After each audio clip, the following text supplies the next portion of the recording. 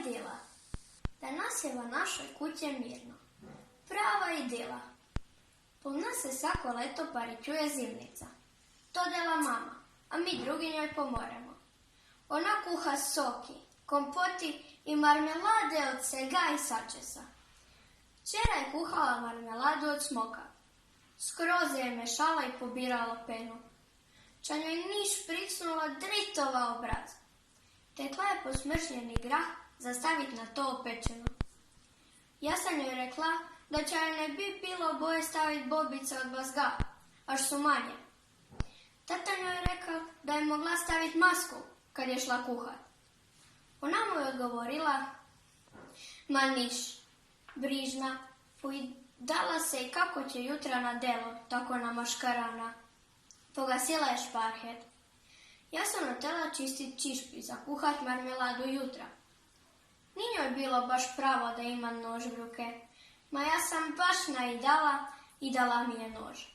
Otelje i brat je dan nož, ma njega je poslala vanka, neka se vozi na biciklete. Ne znam kako, valjda nisam pazila i orezala sam prst. Vidiš zač ti nisam otela dat nož, rekla je mama. One su se zajedinoće napunile suzama.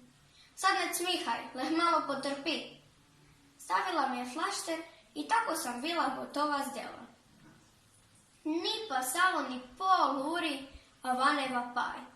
Brat je pal s bicikleti na peštjeve i orusal kolena. Tata ga je prnesal va naručaje. Stavil ga je na tla da mu mama more pošpricat kolena z optiseftom. Mali je počeo stopihat da on to ne bi.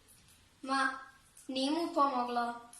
Kad je mama kolena našpricala, otelje da mu ih pofašaju. Ne rabi za fašat, rekal je tata. Morate, to su vele rane, tumačil je brat. Zafašali su mu oba dva kolena. Danas smo siva boravke. Ja se igram na tablete, a brat na mobitele. Mama i tata piju kafe i čakolaju.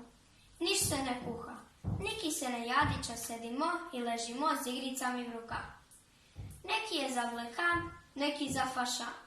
Mama na licu ima pol kila pudera da njoj se ne vidi mača. Blaženi mir, prava idila.